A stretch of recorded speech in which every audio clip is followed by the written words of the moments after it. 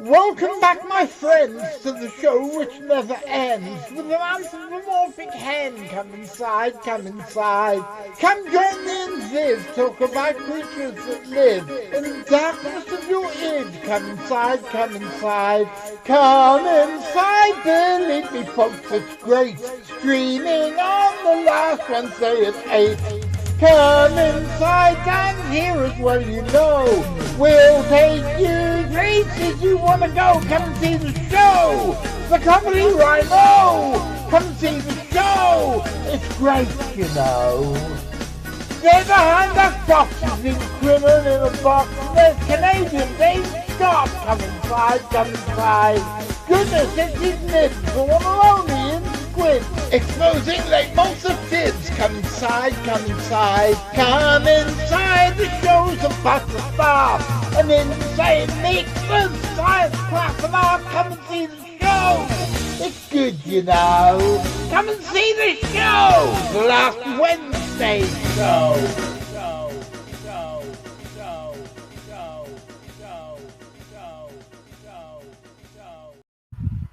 Hurrah!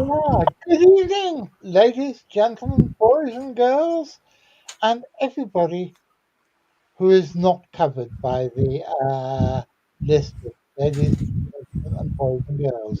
It's lovely to see you all. And first of all, I don't know why we have Donald Trump in the studio and not David Scott, but Oh, here he comes. The door's opened and he's coming in the door. He's moving towards the back of Trump. He's coming to his chair. and here's Steve, our guest. Hi, Steve. Hurrah! I still don't know where Dave is. He's moving Trump out of the way, I think. This is all getting very. It's not Trump, it's Biden.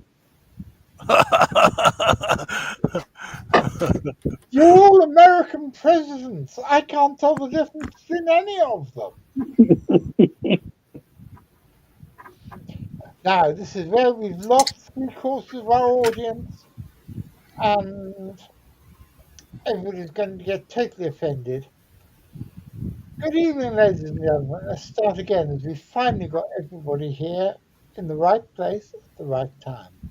My name's John Downs. I'm the director of the Centre for Fortean Zoology, and on the last Wednesday of each month, me and the lovely Vivian are chair people of this circus, featuring our regular. What are you doing, David? Featuring our. Coffee. All I can see is your left ear. Featuring our regular panel of Dave, Ian, and V, and delicious special guests. And our delicious special guest this week, and I've now found I can do something, so I brought him up to the top. Our delicious special guest this week is Steve from the International Mothman Museum in Point Pleasant in West Virginia. Because this week, by popular demand, I think that meant that V asked for it, in fact. We're talking about flying crypt. Yes, V? No, I just laughed. Just carry on. Yes, thank you. Yeah. Enough of that laughing in the cheap seats. This is not a laughing matter, Mr. McGrennan. Right. The popular demand, i.e. V, wanted us to talk about flying cryptids, and so we thought we could talk about the most famous flying cryptid of all, which is the Mothman at Point Pleasant in West Virginia. And we are talking about something that happened 58 years ago. It's amazing to think that it's 58 years ago, because I remember 1967. So, Steve, tell us about it, just briefly, just in case there are some people watching from, I don't know, a mud hut in the middle of the jungle somewhere who don't know what we're talking about. What is the West Virginia Mothman? Well, first off, I don't know when the last time I was called delicious before, but I'm going to note the time and day. It's great to be here. Thank you for having me. I guess I'll give you. When I first heard about the Mothman, he didn't even have a proper name. I was in junior high school in Michigan at the time, and that was November 15th, 1966, when that first major sighting took place. A winged humanoid chased two couples down Route 62 out of what they call the TNT area. Now, it's been nicknamed the TNT area forever, but back, I can't remember the proper name of it, the Ordnance Works or something. Back in World War II, they made explosives. It was a huge complex. They made explosives for World War II and stored them in 100 of these concrete bunkers that locals called igloos. And it was pretty much by the 60s when Mothman showed up, it was pretty much dismantled. And it's the McClintock Wildlife Area now. People still call it the TNT area, and it's still very creepy even in the daytime. Well, in that November, this thing that these two couples saw, the Scarberries and the Mallets, they were two married couples. They were driving down a dirt road next to the old North Power Plant, which doesn't stand there anymore. And Linda Scarberry saw something on the road. She said, "What's that man doing in the middle of the road?" Well, that man spread his wings by about 10 feet and then kind of shuffled off toward the old North Power Plant, and they think it might have gone inside. And then they saw the red glowing eyes. They decided to leave, but this thing appeared to chase them all the way down south, down Route 62 into Point Pleasant. And they ended up going to the police station and telling their story. So this thing was, a lot of people saw this initially around that time period, November, December, and on through on the next year, 67. It was roughly humanoid, 6 to 7 foot tall, 10-foot wingspan, red glowing eyes. And if it made a sound at all, it was kind of like a squeaky fan belt, which I think is a bit disappointing. It should have been a big, loud, screech that would reverberate and create shock waves like Rodin, right? John Keel heard about this from Gray Barker. Gray Barker, of course, was the publisher of Saucerian Publications, a big deal in the paranormal community. He was the first one to investigate the Flatwoods Monster back in September of 1952. And so Keel came down. He was there early December. He was in the DeWeese home, I believe, and they invited over several of the original witnesses, including the two couples that were chased in the car. They told their story. A young lady named Carpenter was there. Her first name just escaped me for a second here, but it'll come back. And she was driving by the old golf course, and she saw this thing standing there. This is in broad daylight.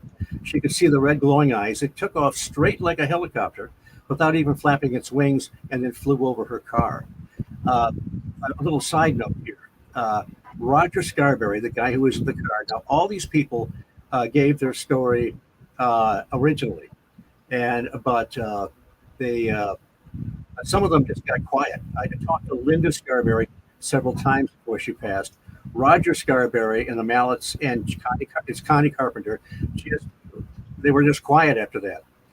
The Mallets have never spoken up, but last year, Roger Scarberry came forward and talked to Jeff Walmsley. Now, Jeff is the man that has created the Mothman Museum and a couple other stores there in town. He was 5 and 6 years old when all this stuff went down. He was when the Mothman sighting started, and when the Silver Bridge collapsed, which was an important event that happened toward the end of all this. He was actually way up on 30th Street in his basement playing with his toys, and he actually heard the bridge collapse. Now, over the years, he could create this great museum. And so last year, Roger Scarberry came to him. Jeff had been trying to get a hold of him for years. And he said, okay, you know what? I'm tired of hearing people tell my story and get it wrong. So he set up an interview for the next day. I was in on part of that, but it's going to be in Jeff's next book. So it's kind of under double secret probation right now. But what I can tell you is the day that Roger contacted Jeff, Jeff just said, Roger, just tell me, did it really happen? I mean, we all wondered if there was some exaggeration involved or, a little bit of artistic license or whatever. But Roger told him, he said, it scared the hell out of us. And the reason I mentioned Connie Carpenter, now she was an interesting case when John Keel talked to her. She had conjunctivitis, which we normally associate with close encounters with UFOs or strange lights in the sky. But interesting that it would be caused by a cryptid and or a UFO. Anyway, she came forward recently, and Jeff has that interview also. I think he's hoping that the Stephen Mary Mallet will finally come forward, but he's already published 2 books, Mothman, The Facts Behind the Legend, and Mothman Behind the Red Eyes. Very good books. There's interviews. He re-interviewed some of the people that John Keel talked about in the Mothman Prophecies, got more detail, corrected some mistakes, and it just has it's a wealth of information. He's had this 3rd book on the burner for years. He has a lot of other material besides those 2 interviews. So this thing was seen at John Keel talked to a little over 100 people roughly between that December of '66 and December of '67. And he became convinced that they really were having some kind of an experience. And we can get into the sort of paradox that Mothman presents when people describe its behavior, whether it be a cryptid or some kind of apparition. But I'll take a breath and let you guys talk a minute.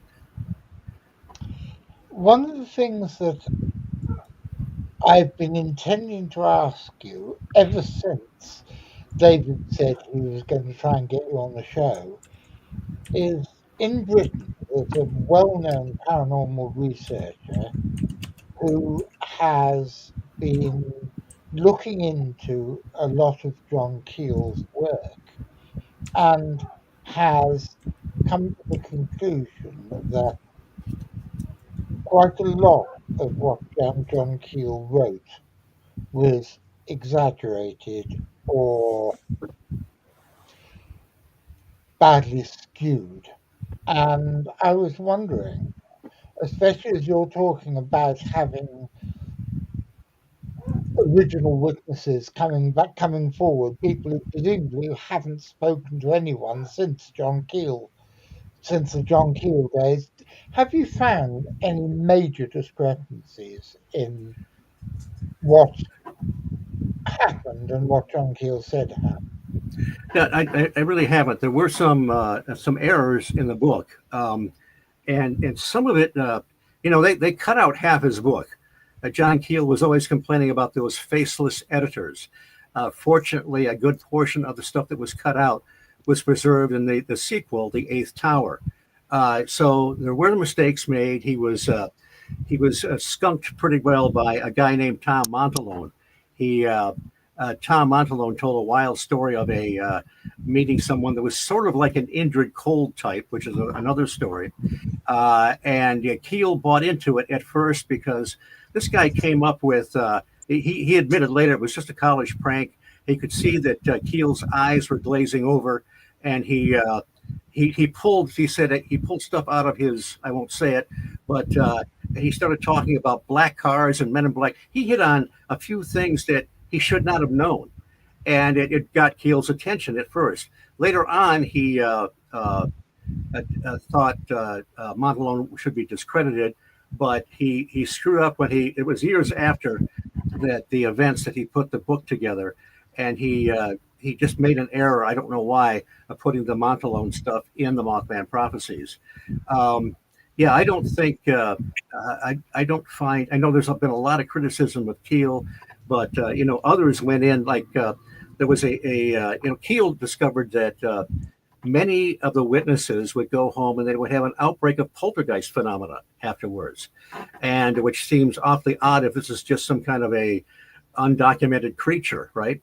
But another researcher named Franzen followed Keel in 1 or 2 years later. They had corresponded for some time, and he gave Keel a lot of the information on the ghost flyers in Sweden. And he found even more. He found other witnesses that hadn't come forward, and many of them that also had an outbreak of poltergeist phenomena. Who was it? Dan Drazner, one of his friends. He went in and found other witnesses, Mothman witnesses. So there were other people that sort of supported a lot of his research. He would write. He was very tongue in cheek. He would make a lot of jokes sometimes, and I guess if you took some of those literally, you might think he was up to something. But I just haven't found that. I think that we all make mistakes. We're all fallible, but I think Keel was a century ahead of everybody. When I back in the old days, for me, I guess it was the '60s for a lot of people. I was fascinated by Jim and Coral Lorenzen's books, from APRO.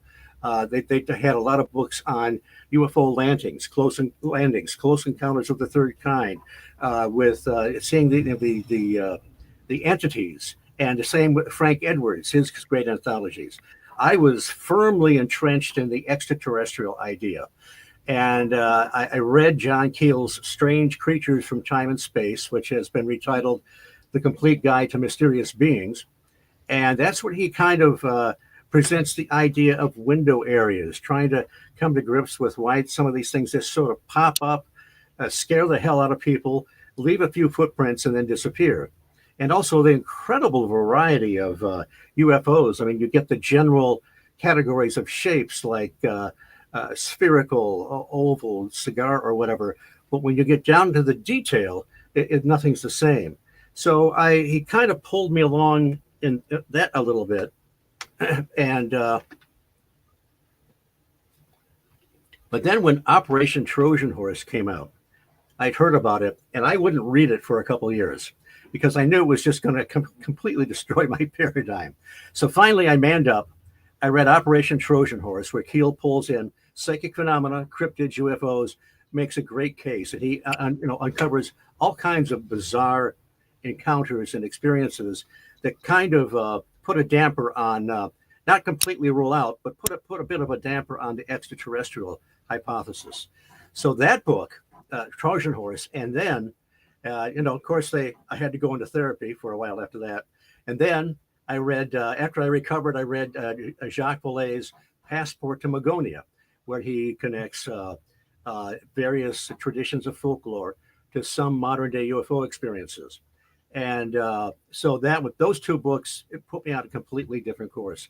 I have, I know that there's another thing.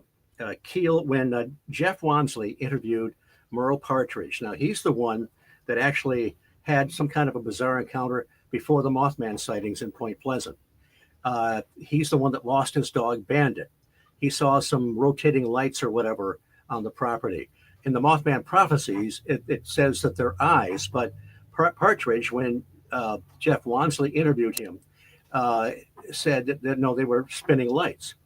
Well, so I wonder, did Keel do that, or there's a couple things in the book where I think it's possible that the editors had a little fun making things a little more uniform, because John Keel did write an article early on before the Mothman prophecies about Partridge, and it was more accurate with the talking about the sort of electronic lights and not saying they were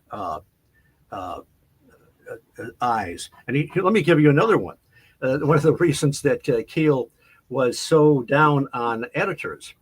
I don't know if any of you guys have read Jadoo, and that's his first book. He was fascinating, and there's great talks you can find online where he talks about his experience in the military, where he was responsible for the entertainment side. So he did sort of a Orson Welles program where the Frankenstein monster has come back to the Frankenstein castle.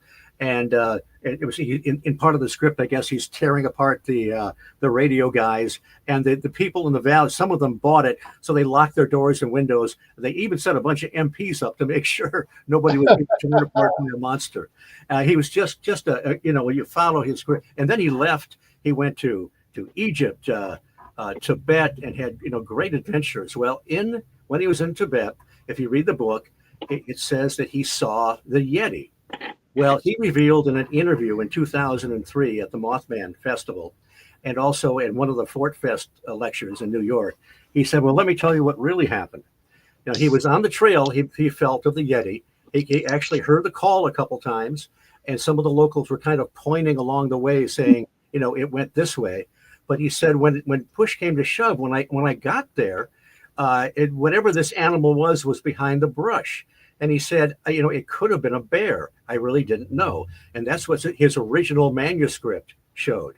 But whoever it was, the editor or publisher said, oh, no, the abominable snowman is big these days. It's a Yeti. So they changed his script to calling it a Yeti. So there are many, and he also complained, a couple of my friends met him at the Mothman Festival in 2003. I wish I had been there, when they unveiled the majestic Mothman statue, which stands right next to the Mothman Museum. And they found out all kinds of things about him. He used to write ad libs for a guy named Merv Griffin, who you may not know was a morning talk show guy years ago. He wrote some of the scripts for Lost in Space under a different name. And I definitely would have written under a different name. But he was just amazing. I'm not sure where I was going to be headed with that, but I just have great respect for Keel. His the way he pulled so many things together, and Jadu. Yeah, it was the. It's a fascinating book. He talks about where he saw his second UFO over the Great Pyramid. The first one he saw was about 7 years old. He was in his, it probably would have been about 1937. He was in his parents' car and he saw this thing. You know, when he was in Perry, New York, his mom had remarried. He's upstairs in upstate New York, freezing his tail off. And he starts hearing a rapping on the wall. And, he found out it was some kind of a poltergeist. And I think I would have hit the next county. But what he did, he went to the library to read everything about, psychic phenomena and poltergeist and so forth. This is during the war. And he figured out a code where he could ask whatever this was questions. Now, there's no record of what the questions were, the answers, but eventually it kind of faded away. So he was just a fascinating character, and he put his stuff in a box, cardboard box, had a couple of bucks, hitchhiked 400 miles to Greenwich Village, got a great job. Eventually, after he set his starvation period, he wrote romance stories for comic books. He wrote for tabloids. He was starting to make some money, and then he got drafted. The Korean War conflict, and they sent him to Frankfurt, and that's where he got the job as an entertainment director for Armed Forces Radio. God, what a story! Yeah, he's absolutely fascinating. And if you can find some of those lectures, it's not all in Jadu. If you can find some of those lectures online, it's just hilarious about how he's in this troop carrier, this huge ship with he said, we stood in line for breakfast. And then when we were done with breakfast, we had to stand in line for lunch. There's so many people. They kept telling him how horrible things were over in Europe. The trains are running late and all that. And you're going to be living in a tent city. And so they got there. And he's with a buddy named George, who had some journalist experience. Keel even had a little bit of television experience because a local Macy's had a kind of a beginnings of a TV station in their basement. So they get there. This limo pulls up with a German in full uniform, and he calls out Keel and this guy's name. And so they get in this limo, and everybody's wondering, why are these guys getting such special treatment? So Keel asked the driver, he says, are we going to be living in a tent city? He says, no, Herr Keel, you're going to be living in a castle, one of the castles that the U.S. had commandeered after the war, and that's where they set up their entertainment and news division. So it's just he was when he was a kid in Perry, he read everything in the library. He taught himself various sciences. He ended up writing a humorous column as a kid for the Perry newspaper. And he got a couple bucks a week, and he's just and then when you read his Trojan Horse and his various articles, many of his articles are that were published in various magazines from the mostly 60s, 70s, 80s, have been chronicled in anthologies. One thing I would like to recommend: the publisher that does these puts in some editorial comments sometimes that I think are, can I say, batshit crazy on the line here? Yeah, of course you can. So I would just be, you make your own decision, but I think some of the editorial comments are just way off base. But just, anything like, Colin Wilson, the great British paranormal researcher and writer who unfortunately we lost, in Alien Dawn, which is a great book I recommend. He wrote that John Keel is incapable of writing a dull sentence, and he's right. Yeah, I knew Colin. He was one of the good guys. He was a good guy. He got Ted Holliday's third book published after his death, and made sure the royalties went to his mother. I believe that's what happened. And he also was a big champion of T.C. Lethbridge, the dowser that came up with this incredible system of dowsing and gaining material from a dowsing rod. I mean, from a pendulum, rather. So yeah, he's written some just fascinating books. I know that V. Can you hear us, V? I can. Yes. Can you hear I me? think you had some UFO questions, I believe. Yeah, I was just interested in hearing about anything that links the Mothman to UAPs, UFOs, alien-related stuff.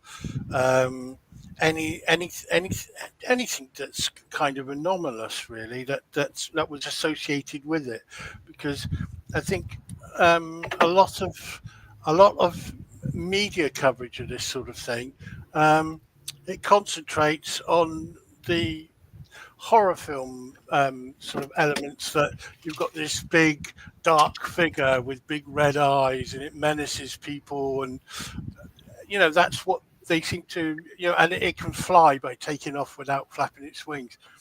That's what they concentrate on. But I've read little snippets and heard quite a few people in the periphery of all this business talking about other weird stuff that was going on. And it seems like in some of the most famous so-called paranormal cases, there's all sorts of weirdness going on. Yes, at Point Pleasant, the Ohio Valley, and not just that. There's a lot of weird stuff going on Long Island, where Keel was from. I suspect this stuff just goes on all the time, and you just don't hear about it all. But it brought up, I've made a few notes here. The Mothman, whatever it was, a few times it was seen in conjunction with some strange lights or whatever. There were two women, I can't remember the date, but in the Point Pleasant area, they saw the whatever it was, light or craft, and the Mothman in conjunction. A friend of mine, Linda Sigmund, saw a strange light along with the Mothman. She was 16 when she was 16 in April of 1967. She saw she was about 12 miles north of Point Pleasant. She and her boyfriend were just sitting on the hood of the car watching the stars, and they saw I'm really condensing this. She has a small book that chronicles all this, but she saw a strange light, and they both saw this light, and it I can't remember the exact description, but it went away. I think he got a little unnerved and decided they should take off, but they saw another light. And she didn't want to take off. She wanted to stay and see it. So she's leaning outside the window of the car as he's driving away, and she sees this Mothman-like figure flying right next to it. So I don't know that if it was a craft or who knows what it was or how it links it. So there are a few sightings where the Mothman creature or whatever it was seen with it. I should point out that there were a lot of, it wasn't just the poltergeist phenomena and the way it reacted. going straight up like a helicopter. It did flap its wings sometimes. So, and some people thought that a 10-foot wingspan wouldn't have been enough for a biological creature to exist. But it also, there was a Small Town Monsters does a great has done a great series of documentaries, and they did Mothman, the Mothman of Point Pleasant, and the Mothman Legacy. And I'll mention quickly in the Mothman Legacy, if you watch it long enough, you may see my handsome countenance in there, so don't be alarmed, okay? But See, boys and girls, I told you he was delicious. and I'm actually in the first one too, but it's only about 2 or 3 seconds, and it's the back of my head. So, but you could tell I was going to be a star. But anyway, in the first one, a Reverend Gray is interviewed. He and his wife, now Pat Gray, wrote a book called The Thing, and they when all this stuff had started, but they hadn't even seen the newspapers yet, so they didn't know anything about the Mothman was called the Bird early on. So they were in their bedroom, and this thing manifested, they said, and Reverend Gray's right on this documentary, sounds extremely credible. This thing manifested about 6-7 foot tall, classic Mothman, red eyes, right in their bedroom, and it faded away. And so the next day, they were due to leave to a far off country. They were Christian missionaries. And so they were back a few years later, and they saw the old newspapers, and they thought, my God, that's what we saw in our bedroom. So, and also now Linda, she and her boyfriend had missing time. I think they had several hours gone. And then there was another case where John Keel talks about a gentleman, doesn't name him, but in the Mothman Prophecy, he was a town official. He heard something outside, goes out on his porch, stands there, and he sees Mothman or whatever it was standing on this front lawn, and he loses 10 or 20 minutes. He goes into kind of a trance, more missing time. So, who knows what that means? I mean, Mothman seemed to spend a lot of time chasing cars. Some people think he was a harbinger, because the Silver Bridge collapsed on December 15th, 1967, losing 46 lives. And I've always said, look, if you're going to be a harbinger, could you please be a little more specific? I know I'm getting a little tongue in cheek here, but couldn't you, if imprinted on somebody's minds that the bridge was in a disaster, as it was, John Keel was in contact with several individuals that he called silent contactees. Now, these were people that believed they were in contact with some other intelligence. I think a lot of this was probably sort of channeling, although many of them said that they were actually having one-on-one contacts with these beings or whatever. But they firmly believed in this intelligence giving them predictions and information, and they had no desire to write a book or go public. And that's why Keel called them silent contactees. Well, over time, some of the predictions came true, and some did not. Now, over time, some of this stuff kind of coalesced. They said there's going to be an EM effect, and there's going to be 3 days of darkness or whatever. They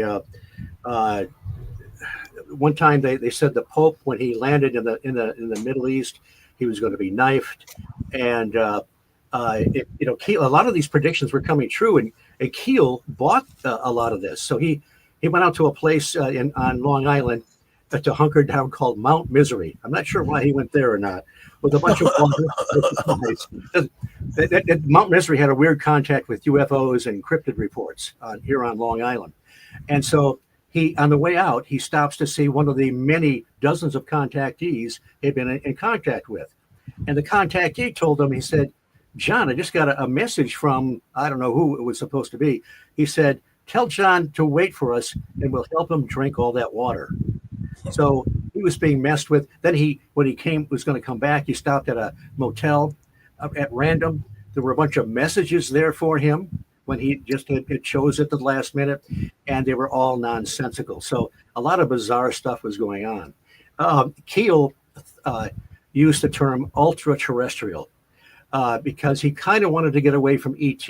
At this time period, he rejected the extraterrestrial hypothesis. Although later on, if you read an interview by the guy that Richard Toronto, that wrote all the great books on Richard Shaver and the Darrow and all that, he kind of backtracked a little bit, but he thought whatever was going on was probably a natural condition of the planet, and we didn't necessarily have to look off-world to find the answers. But so he, let me see if I had to jot down a couple things here. The Men in Black phenomena, which is another can of worms. I should mention that Linda Sigmund, who she had that experience in that missing time in April of '67. In early December of '67, now December that's the month when the bridge collapsed. Early on, she went over to Point Pleasant, and she went to go in a store, and there's a man standing there. This is night, black suit, black fedora, dark sunglasses. She's wondering, what's this guy doing wearing sunglasses at night? And she walked by him and had kind of an odd pallor to his skin. And when she came out, she saw there's another one down the street leaning up against a light pole. And she thought, this is odd. But a lot of people saw these characters, some of them I'm sure were just, Keel one time saw a bunch of people, strangers in town. He talked to Mary Heyer, the reporter colleague that wrote Where the Waters Mingle, and she covered UFOs and Mothman and Men in Black. He said, Mary, is there a convention in town? I mean, these guys were obviously not, if there is such a thing as paranormal Men in Black, these guys were not. They were, had black suits, skinny ties, close cropped hair, and no personality, which meant they were probably from the government. But anyway, Linda was just really taken aback by these oddballs, but they just always brushed them off as government. Well, it was years later when she read Keel's book, she put two and two together and thought, wow, whatever these guys were seemed to be classic Men in Black. So, and one other side note, whatever this was didn't look anything like a moth. The Mothman statue is very stylized, and they sell all kinds of T-shirts. You can't have the same image of Mothman on a T-shirt. You got to have all kinds of interpretations, or you're only going to sell one T-shirt to one person, right? So it was. They believe it was just some kind of a creative copy editor that dubbed him Mothman. The Batman TV show with Adam West was popular at the time. It was probably just a play on Batman. So it could as easily have been called the Owl Man. Sure, but then that would they'd have to pay residuals to Cornwall, right? Yeah, that's why. Yeah, I was just thinking that kind of segues into John's scene down there, doesn't it? I read his book many years ago, and if I had a sharp memory, I could quote parts of it, but I don't have a good memory. It was a great book, though, as I remember. It is lovely. I don't remember what I wrote in it because my memory's even worse. That lets me off the hook, then.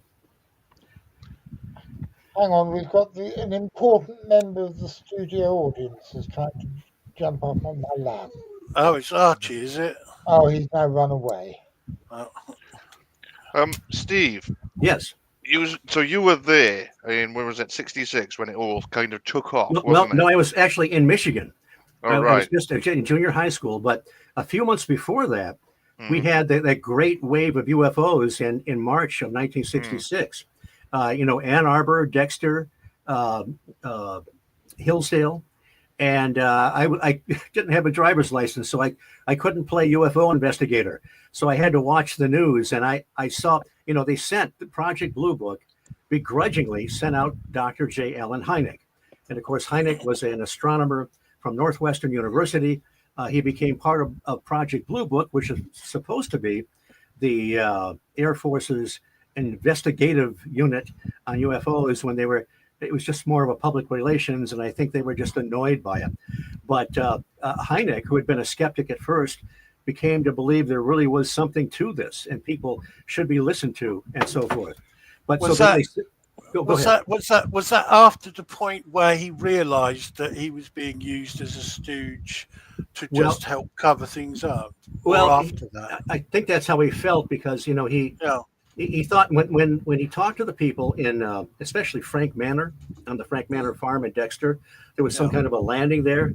He thought a lot of this was legitimate, and there were some women at a girls' college in Hillsdale that saw some strange lights in the woods.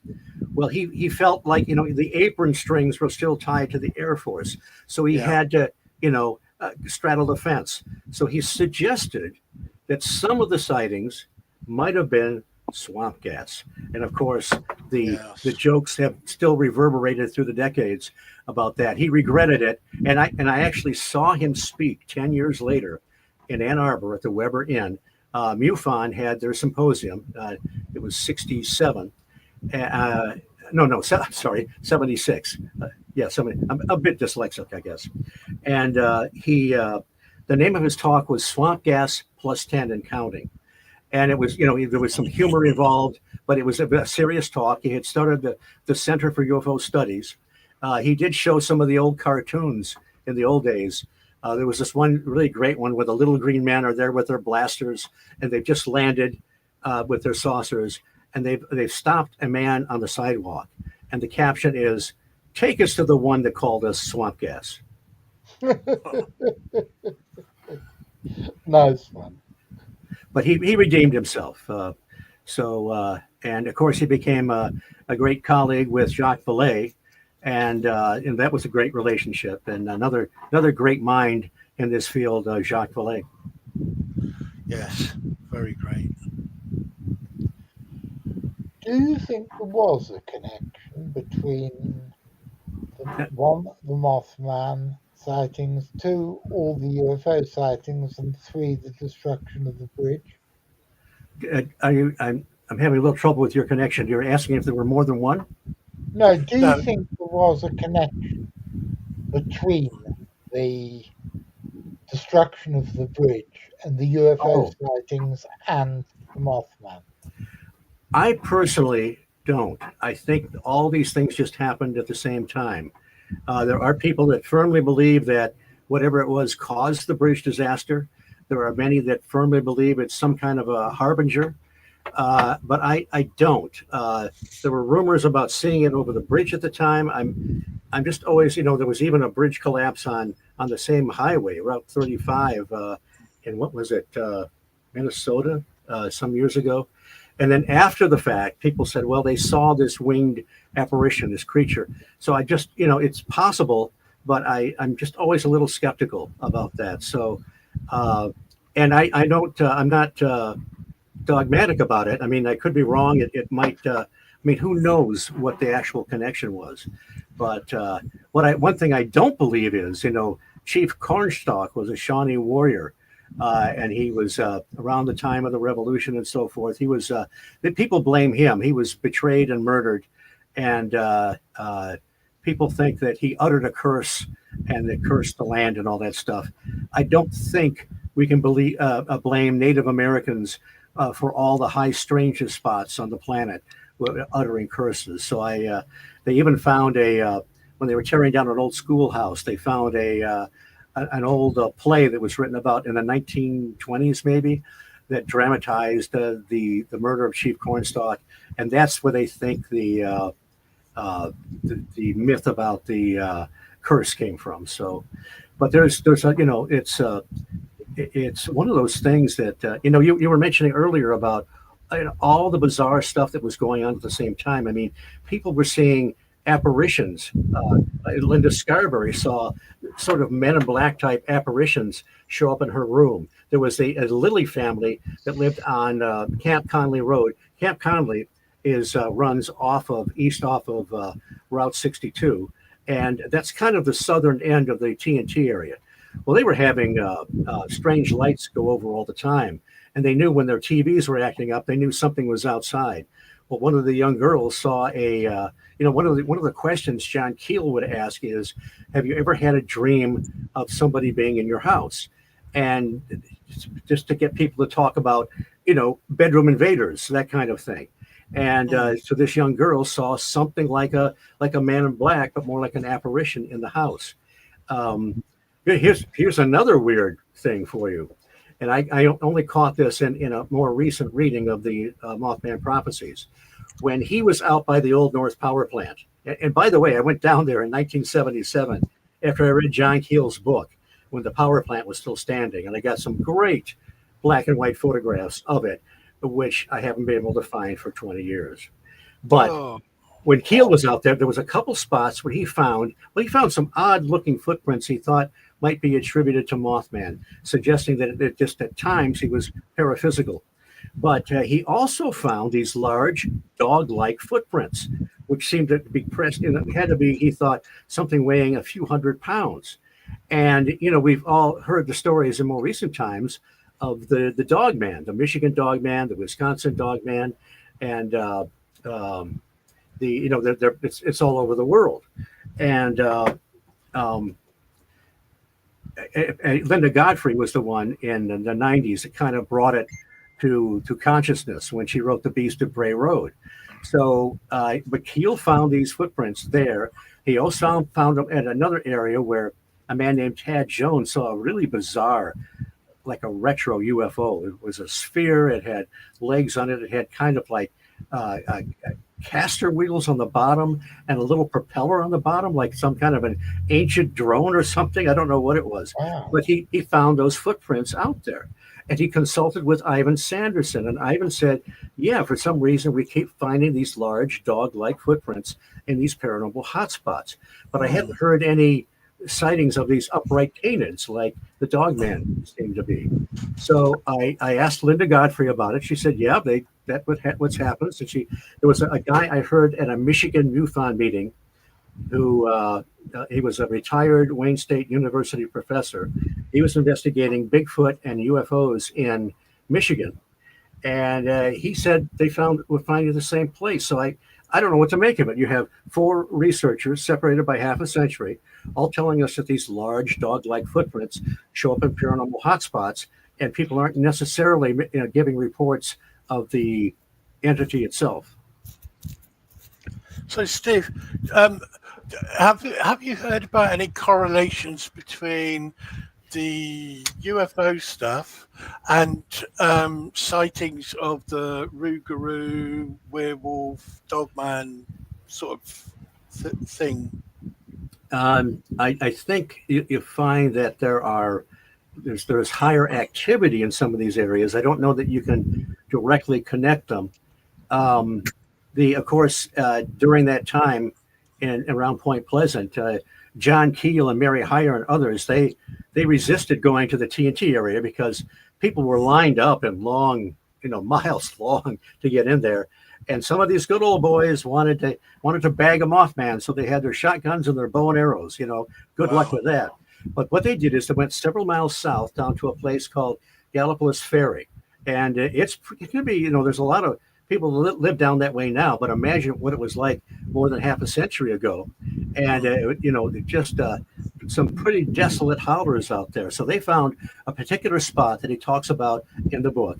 He's kind of vague about where it is. Keel did that because he knew that people like us would be going up there to do our investigations, right? But he found a hill. There was a farmhouse that the farmer or whatever their lights would go off at 9 because obviously they're getting up early to do their work, and they would park there quietly, and they see all kinds of bizarre lights and strange lights going over. This place was just filled with it. So while there was only maybe a few instances where you could connect Mothman and the lights in the same place, these things were going over all the time. One thing about the so-called dogmen, Linda Godfrey had found several clusters of these sightings in a portion of southern Wisconsin. One day she was looking through a book that talked about, that covered various effigy mounds. There's a lot of great places you can go along the Mississippi River on both sides to see these things. She noticed that in this one particular area of southern Wisconsin, the effigy mounds and the dogman sightings there was virtually no error in some of these areas. And I guess there's some kind of a Native American tradition that these creatures were sort of there to protect the mounds. I don't know much about that. Yeah. Do you know we've got exactly the same tradition with our ancient Britons. Right. That's weird, isn't it? We've both got exactly the same tradition with exactly the same. Well, Paul Sinclair, he was on my show. I do have a podcast called The High Strangeness Factor on the Paranormal UK Radio Network with Andy Mercer and Susie Bastille. And yes, and I've seen Paul's documentary. So yeah, these patterns exist all over the world and seem to exist through time. Yeah. We've just had a comment from Robert Fulton in the audience saying that this is the aliens using Earth as a zoo. Boy, I don't know. I think they could find a higher quality zoo if they were to go somewhere else. So I don't know. I'm not, when you I don't know if you're familiar with Albert Rosales. He has this amazing database of humanoid reports, and his books go from 01 AD to 2015. When you read through those, some of them seem very sort of Keelian, something that John Keel and Jacques Vallée might talk about. But there are others that seem to be very kind of physical and nuts and bolts. So, and I don't know how to separate them. It's bad. I was back in the old days. I was an ET guy, and then after that, I swung all the way and said, nope, there's nothing physical to this. These are just psychic manifestations, and people did not want to hear me rattle on about that. And you should have seen me at that Michigan symposium. It's a symposium in Ann Arbor. I was preaching from the Church of John Keel, and these guys were all ET guys. They wanted nothing to do with me.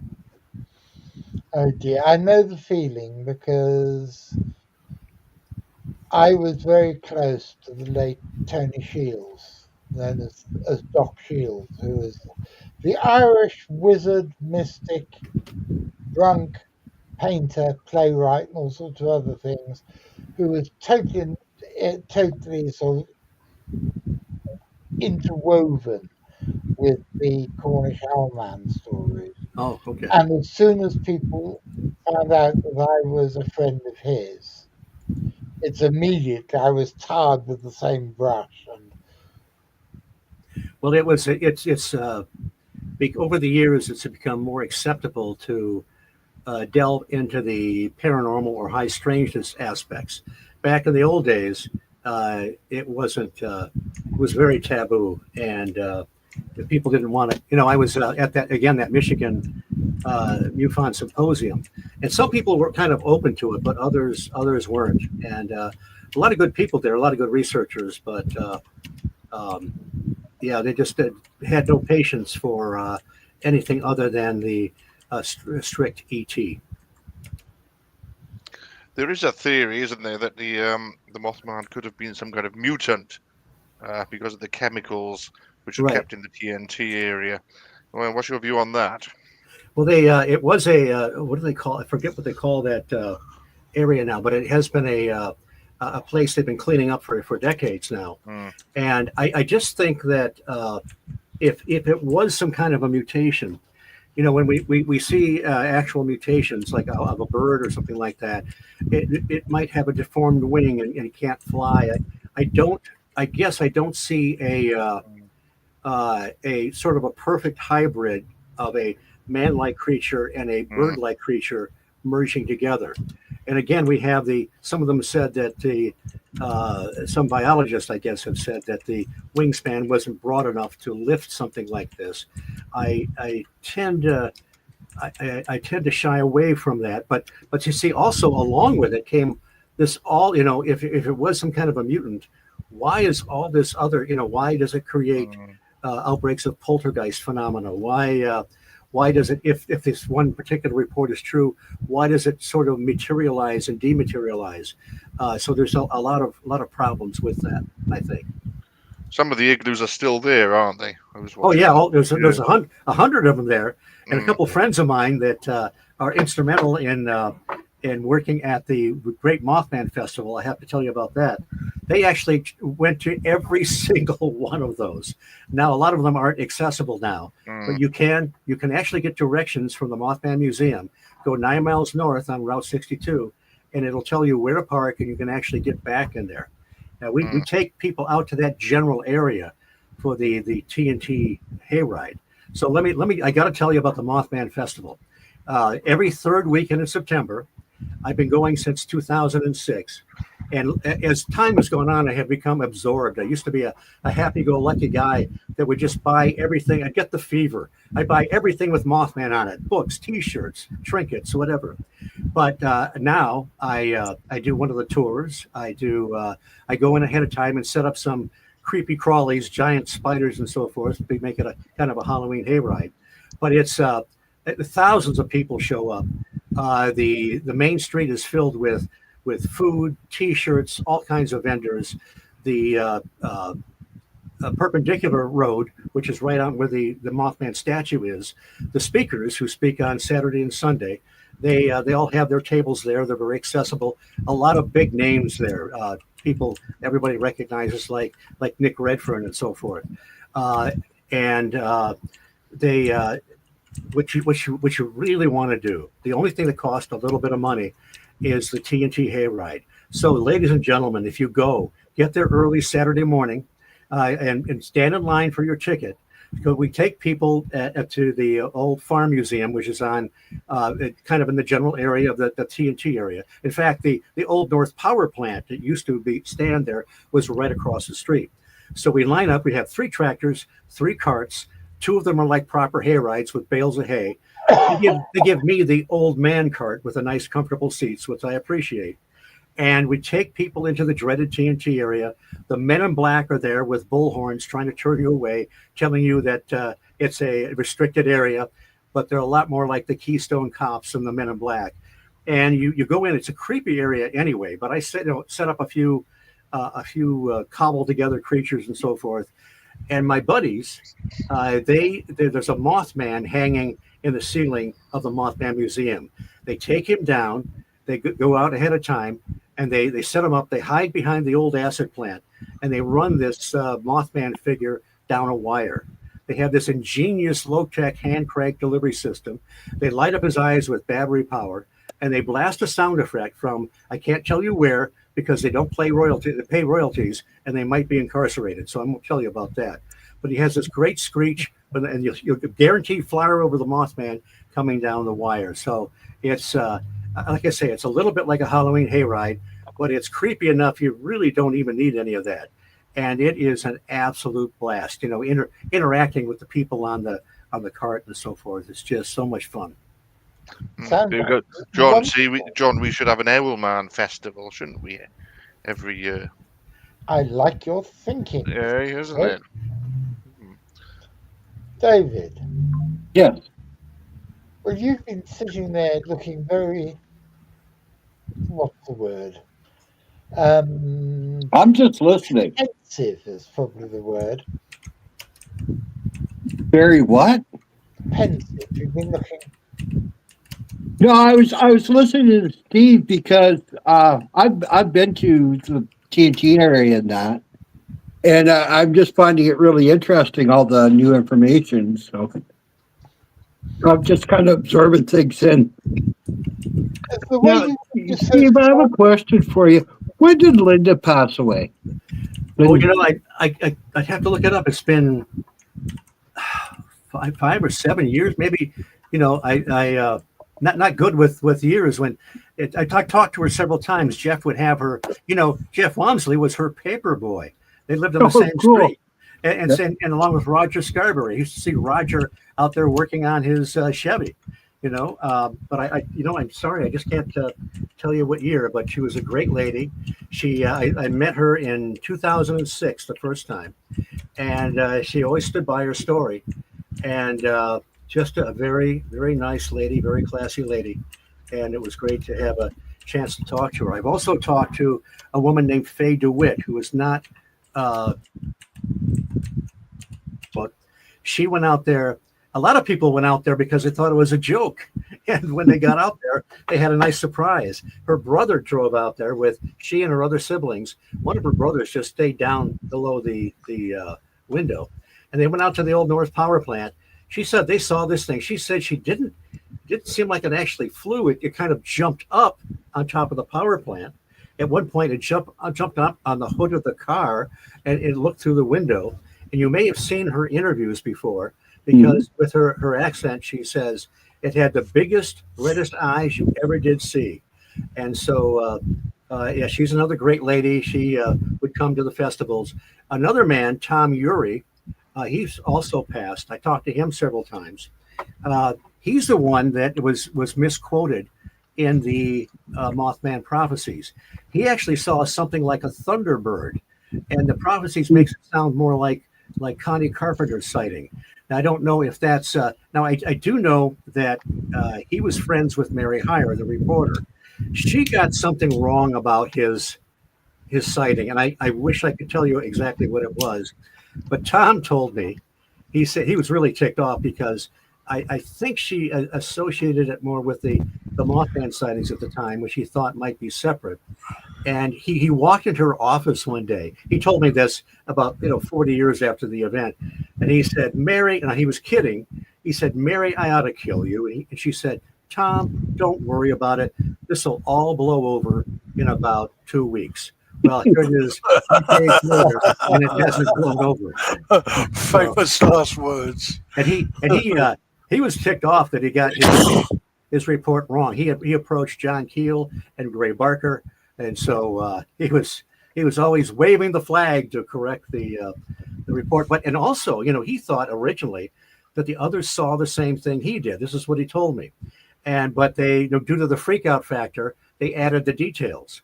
Well, when they were making the film, The Mothman Prophecies, 2002, thereabouts, he was driving to Katanning, Pennsylvania, where they actually filmed, did some substitutions for Point Pleasant. Mm-hmm. And he was sitting next to Marcella Bennett. Now, Marcella Bennett, I never had a chance to talk to. She's also not with us anymore. She's the one that went out to the TNT area. They went out to visit some friends. There were houses out there in some places. And they were going to just tap on the window, she and her brother, to scare her friends before this big joke about the Mothman. Well, her brother's trying to get some attention, get her attention, because he's seeing some kind of a strange light up in the sky. I forgot about this possible connection with the Mothman, and she didn't want to, even see it. And then this thing, whatever it was, rose up off the ground, and she was stunned. She fell. She dropped her infant child. The child was okay, and her legs wouldn't work. They tried to get back to the house. She finally got up. She and her brother and the child got inside. And this thing they said was walking back and forth across the porch. So anyway, that's another aside. So she's riding out there with Tom Urey. And Tom says, "Okay, let's tell each other our stories." Because, I was actually there with Tom Urey one time with Linda Scarberry and Faye DeWitt. And you think everybody knows everybody, right? Well, that's the first time he had actually met them. So he told, her his story, and he heard her story about the Mothman. He decided that they had seen something different. He changed his mind that they had seen the same thing and had kind of imprinted something on it that wasn't there. Yeah, I met Linda when we were there. Oh, Linda Scarberry. Oh, okay. Yeah, so that was very cool. We had my daughter Carol with me, and Carol was about 12, so Linda made a point to come over and say hello to her and that. So it was really kind of nice because they knew we were there for the Mothman experience. Right. We stayed at the hotel in the corner that's supposed to be haunted. Right, the Low Hotel. It has been. They closed it down some months ago for fire violations. Oh, no. But fortunately, somebody has purchased it, and there are plans to renovate it and get it. I don't know how long it's going to take, but it would be great to have a motel. You see, everybody has to go across the river to Gallipolis to get a motel, or it sometimes drive an hour or 2 hours away because this thing has become so. I'm not bragging, but now I just live up the street. Yeah. I actually live on the same road that the Scarberries and the Mallets were chased on November Oh, 15th, okay. 1966. And when I close my podcast, I never let people forget that. So now I don't see anything except a bunch of young guys racing their cars up and down that street, but I haven't seen any cryptids yet. No, okay. Well, keep your eyes open. I do all the time. Yeah, I know we went out to the igloos and we did a lot of photography inside of them. And Oh, I yeah. spent probably a week after I came home blowing up all these pictures, looking in the orb, the dust orbs, Oh, yeah. looking for the faces. Because I think it was Rick that told me to do that when we were at the museum. He said, yeah, if you go out there, you look at the orbs. Some people say you see faces and that. So. Well, there was one guy who's, again, no longer with us, Bob. He ran a gift shop on the corner right across from the Mothman Museum. Mm-hmm. And he would take people out there, Bob Landers, I think. He would take people out there at night with no flashlights and take them on tours. But somebody out there got a photograph of an orb, and he slowly blew it up. And I know that, the mind can play tricks. But when you look at this at certain stages, it honestly looks like a Native American with the cheekbones and so forth. It may be nothing, but it's creepy as hell. Yeah. I know people that have seen what they call shadow people out there. Mm-hmm. Even I had a bizarre experience one time, and nothing ever happens to me. The Reader's Digest version is I went out there alone one night just to test my mettle, see if I could brag to the ladies that I went out to the TNT area at night and survived. I mean, a lot of locals go out there and camp and hunt and so forth. But so I was driving back along Route 62. I experienced a couple flashes of light, like a strobe and then a strobe. I thought, that's weird. I didn't have the presence of mind to think, where was this in the road where I could check it the next day? I drove across the river to my motel. I opened up the door to my motel room. The TV set turned on by itself and started flipping through stations. And my first thought was, no, this doesn't happen to me. This happens to other people, and they tell me about it. And so I did what any intrepid paranormal investigator would do. I unplugged the TV and went to bed. I looked at the clock, and at first I thought, no missing time. And then as I think back, I thought, well, I'm not sure. And I thought, why didn't I have the presence of mind to write everything down, document everything? But I didn't. Very quickly, a year later, I'm in the room next to that room, crammed in with a couple of my buddies. We're very cheap, trying to save money. And we have another one of these old style TVs. The night we're in there, it turns on by itself. Nothing happens. The next day, a couple of us come back to the room. It turns on by itself and then goes through a couple stations. So we tried to get scientific, zap the controller through the wall or whatever. Nothing. A few years later, in the next room over, which is a corner room, much bigger, there are two couples we knew were in there. And they have one of the smart TVs. And so they're having trouble with the volume. The volume keeps getting lower. They keep cranking it up. And then it blasts at them. And then they do it all over again. And then all of a sudden, there's a can, a beverage of some kind that was on the nightstand, flew off the nightstand and hit the floor. So if I brought something back from the TNT area, fortunately, he's still there flipping channels and everything's going with me. Just trying to find something to watch. That's it. That's my entire paranormal experience. Do people still report seeing? Yes, you don't hear about them too often. Jeff gets them because people do go into the museum, and he has gotten in his books. He chronicles a few of them. People through the various decades occasionally see something. Now, if John Keel is onto something, if these are, and I love this word, transmogrifications of energy, perhaps they don't always take the same shape. Maybe it's coming from the same source. Can we say it is the Mothman? I don't know. And I'm very, I kind of get on people a little bit when, people have seen winged creature sightings all over the world. Owlman, the Houston Batman. which looked like some guy in a suit of the 50s. The Wisconsin man bat, some big ugly bat that hit a man and his son's windshield, brushed against it, and they got ill afterwards. We hear stories of bat squatch. I mean, if you want something that's biologically untenable, how does a pair of wings, how large would the wings have to be to pick up a Sasquatch? I don't know. I think, who was it? The Reverend Donald Omond that went with Ted Holliday to exorcise Nessie. He called it the Phantom Menagerie, and I kind of like that. Although it doesn't, Keel way back in Strange Creatures from Time and Space, he talked about type A cryptids and type B.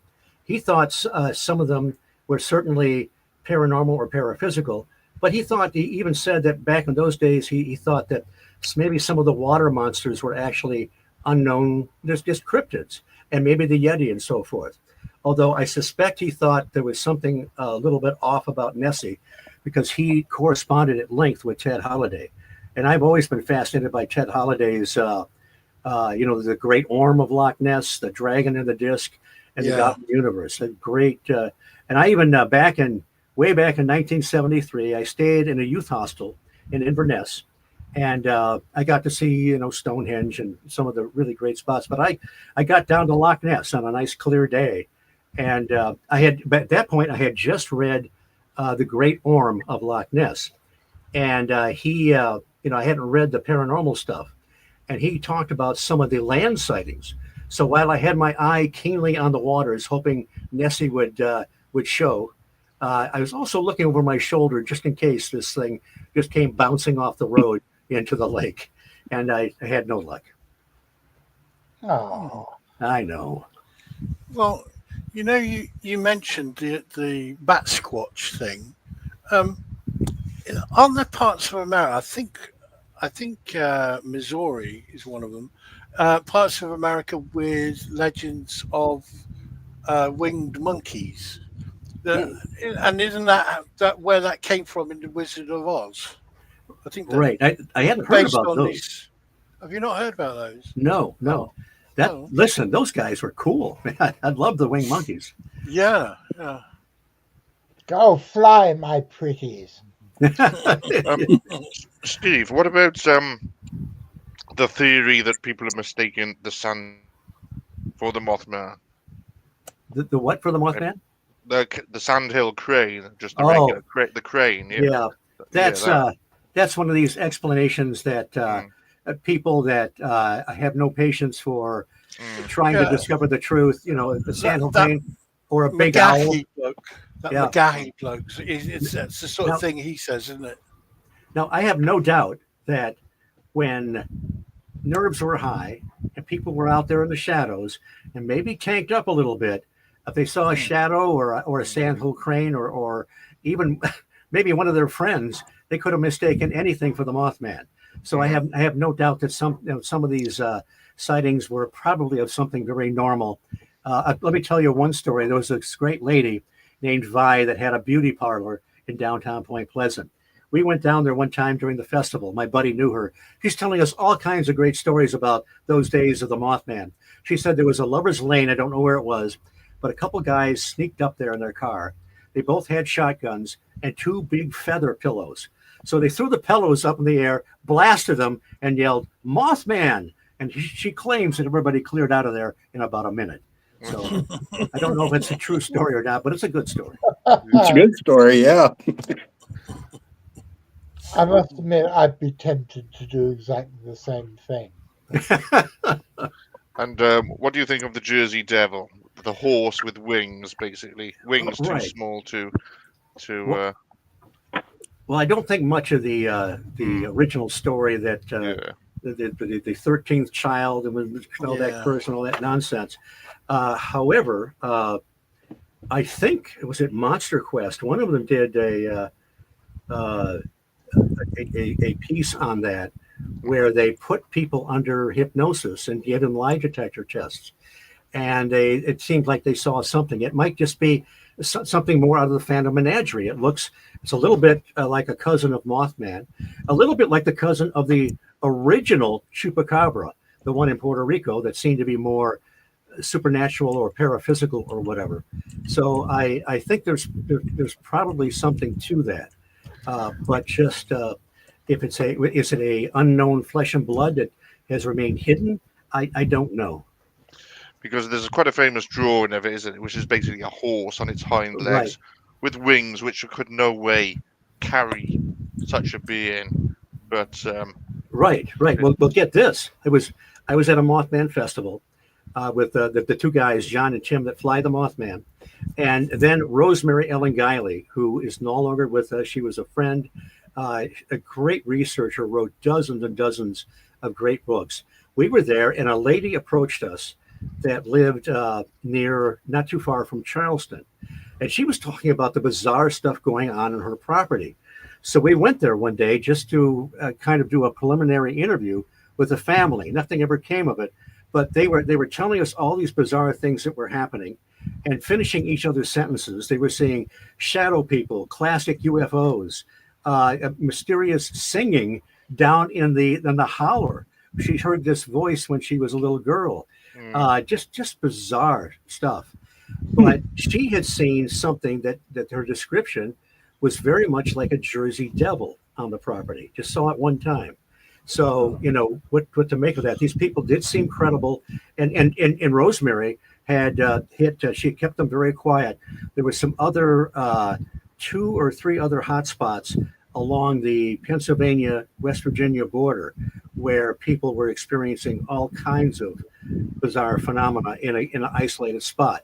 Things that again, like Mothman, it had a winged creature, UFOs, poltergeist phenomena, Men in Black, stuff that you may not connect necessarily, but all seem to be happening at the same time in the same place. Yeah, and what do you reckon on the Flatwoods Monster, which is a brilliant story? I think no matter what you think of it, the tale of the young boys and their mother going up there to investigate. What do you think of that? Well, I just went with Dusty Morrison. Dusty is Jeff Wamsley's son-in-law who loves this stuff. We drove out to the Flatwoods Monster Museum a few weeks back to celebrate Gray Barker's 100th birthday. It was great. They had a birthday cake for him. We went out to, there's a isolated place where the Barkers are buried. But the original, it's so bizarre and so unique.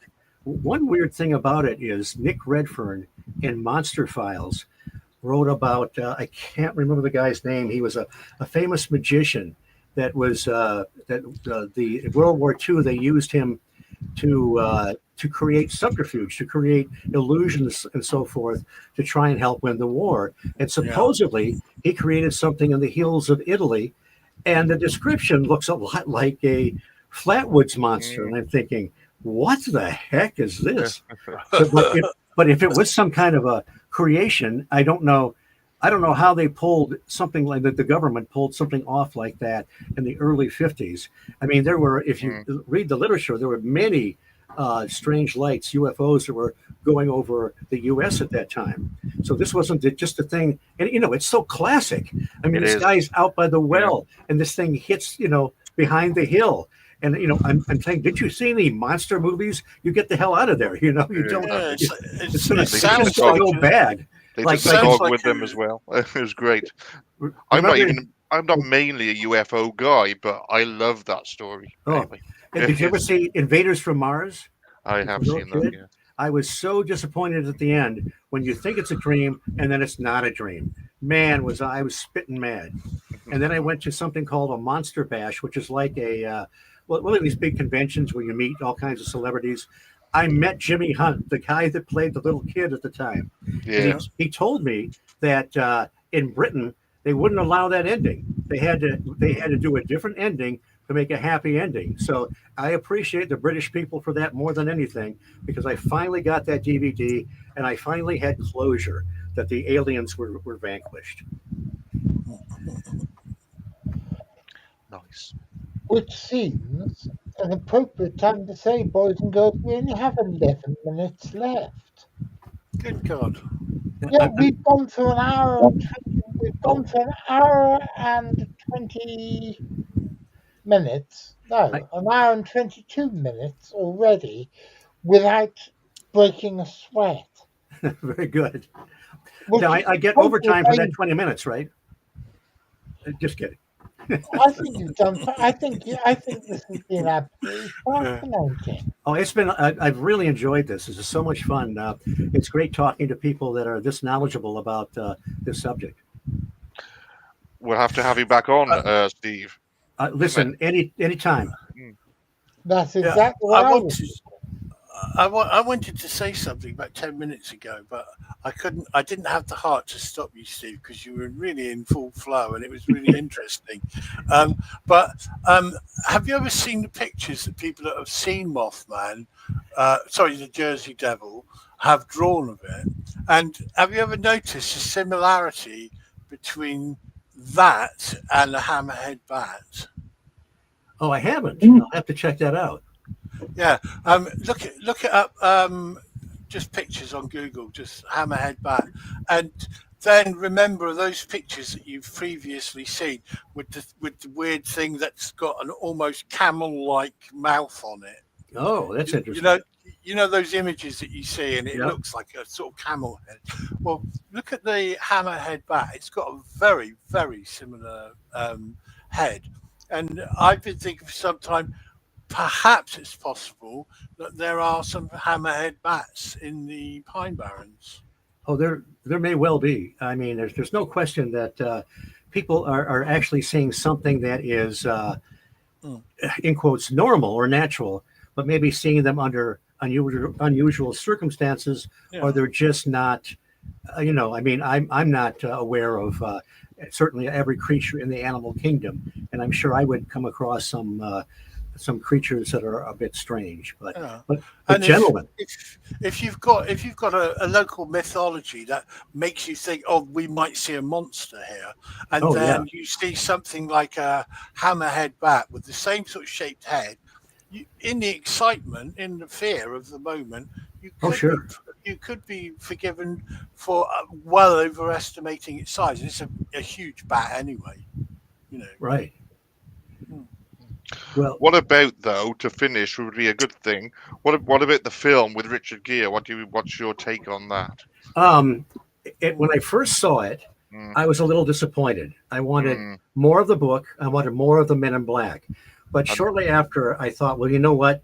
They had that silly Man in Black movie with Tommy Lee Jones and Will Smith, and if people would have made the connection with that and just laughed at it. Mm. Well, strangely enough, I'm glad you brought that up because Brent Rains, who's a man that never met John, but he talked to him on the phone a lot. They corresponded. Brent has been has an interest in this as long as I have, except that he's created a great magazine over the years, Alternate Perceptions magazine, which you can still get online. And he talked to Sandra Martin. She was John Keel's literary agent in later years. And she said she was talking to him on the phone one time, and he was laughing. He was so happy. He said he finally read a screenplay that actually captured some of the essence of his book. And he said, look, they've updated it. They've got me married and they've changed things. They told their own story. And it was, oh gosh, don't fail me, brain. Man, the gentleman that wrote the screenplay, it'll come to me. But he was just so happy that Richard Hatem wrote a screenplay that he said they finally got some of the basic ideas of my book. And I was able to meet Richard Hatem 2 years ago at a Small Town Monsters conference. And I was able to tell him this. He did not know that John Keel was so happy about his screenplay. He had met John and got along with him well, but and then I had him on my podcast. And so it was just great to impart that information to Richard Hatem that John was so pleased, because I think prior to that, people had been writing screenplays that turned Mothman into a monster, probably. Yeah, So. which when I saw it in the cinema, I've only seen it once. I did see it when it came out, and at the time I was a bit disappointed because I did want to see a monster. That's what I turned up for. Yeah. I wanted the money shot, and it wasn't there. But as time has gone on, I think I should see it again, and I will appreciate. If I see it now, I think I would appreciate it a lot more. It's one of my favorite films of all time. Yeah, and I that I have a deeper view of it. yeah, And they really, there's some great there were some scenes in there where they did capture some elements of the book, and yeah. Listen, I'm a film score soundtrack fanatic, and Tom and Andy did the score, and it is phenomenal, very atmospheric and worked very well. Was John Keel still alive at that time then? 2000? Yes. In fact, he was on with Coast to Coast AM when Art Bell had it. I don't know if you guys listened to it over there or not. Yeah. Yeah. Okay. Very good. I've got a whole collection. Oh yeah, those are great days. And he was in 2002. He hadn't done many interviews, but he gave an interview to Art Bell. Art Bell didn't know anything about the Mothman. I mean, John Keel was being forgotten. The Mothman Prophecies was in print, but so much of his other stuff was gone, was lost. And I thought, I'm still going to the Church of John Keel, every Sunday. Yeah. So come on. And he asked. This is before I knew anything about Richard Hatem. He asked John if he liked the movie. He said, yes, I liked it very well. And he said, the thing it really captured was the paranoia I felt at the time. And if you remember chapter 16 of the Mothman Prophecies, paranoiacs are made, not born. And he was really at the last minute when they said that EM effect was going to happen on December 15th, 1967. And they said when President Johnson lit the Christmas tree, there was going to be 3 days of darkness and there was going to be a disaster on the Ohio River, but it was vague. And he was there in his apartment and nothing happened. And then a few moments later, a news bulletin came over the radio saying the bridge collapsed at Gallipolis, Ohio. Well, the bridge didn't go to Gallipolis. It came from Point Pleasant over to Kanawha. And so he was furious. Whatever this intelligence was, knew something was going to happen, something terrible, but they were misdirected. That's when you get into that realm of channeling and the Space Brothers and all that, boy, beware, because they'll lead you along for a while and give you great predictions, and then all of a sudden they'll pull the rug out. Yeah, I don't get why so many people seem to think that these things are angels when almost everything they communicate to people is a lie. Well, are you familiar with Brad Steiger's Revelation, the Divine Fire? He a great book. He talks about how the same kinds of messages come to people from what they think is God, angels, channeling, mediums, and so forth, but they're kind of the same, oftentimes the same message, the same warnings, the same dire predictions. And John Keel, Brad Steiger said, had uncovered many books from around the 1920s and so forth, mostly privately published, about people that had other sort of revelations, but it's the same thing. And that's what he called the great phonograph in the sky. Whatever it is keeps repeating the same message over and over again. And I'm sure there's somebody out there right now in some part of the world getting the message, and they think they're the first ones and they need to tell the world about it. So just be very cautious, ladies and gentlemen, if you're dabbling in any of that stuff. Yeah. And that, ladies and gentlemen, with those sage words from Steve. Yes, I second that emotion. Brings us to the end far too soon. So, Steve, I second what Ian said earlier. Come back on in a couple of months' time. We'll do this again because absolutely we've only just scratched the surface. You guys must descend upon Point Pleasant and the Ohio Valley, and I want you to come to the festival, and I want you to be on my ride when I take people through the dreaded TNT area. Will you do the old man ride? I do one of the. There's three of us. Jeff Wamsley, the creator, a great young lady named Brittany Sayre, whose grandfather was a National Guardsman and saw the Mothman, and then me. So there's three of us. The only three guides and the only Mothman hayride and the only Mothman festival. So there you go. Yeah, we need the comfy seats. That'd be great. Great to have you. Okay, ladies and gentlemen, thank you for watching. I hope you enjoyed it. On Saturday, we've got the second part on Saturday afternoon at 3 o'clock. We've got the second part of my interview with Chester Moore Jr. about his work when he rediscovered the red wolf in Texas. Yeah, And then fascinating guy. Sorry? Fascinating guy. Yeah. Absolutely Very, very. fascinating. One of the nicest as well. Really nice. Yeah. So I hopefully will see you all then. And this is about it. Thank you all. Get better soon, Viv. A big all our love, all Yes. our vibes go out to you. It's not the same without you. So, Viv, Yeah. this is for you because you're the one who does that. Bye, everybody. God bless Yeah. you all. Big hugs, Viv. Time to go home. Time to go home from your simply spooky adrenaline ride. Time to go home. Time to go home. Even if you're terrified. Goodbye. Time to go home. Time to go home. Vivian and her weird friends are all going home. Time to go home. Time to go home. Vivian is waving goodbye. Goodbye. Goodbye.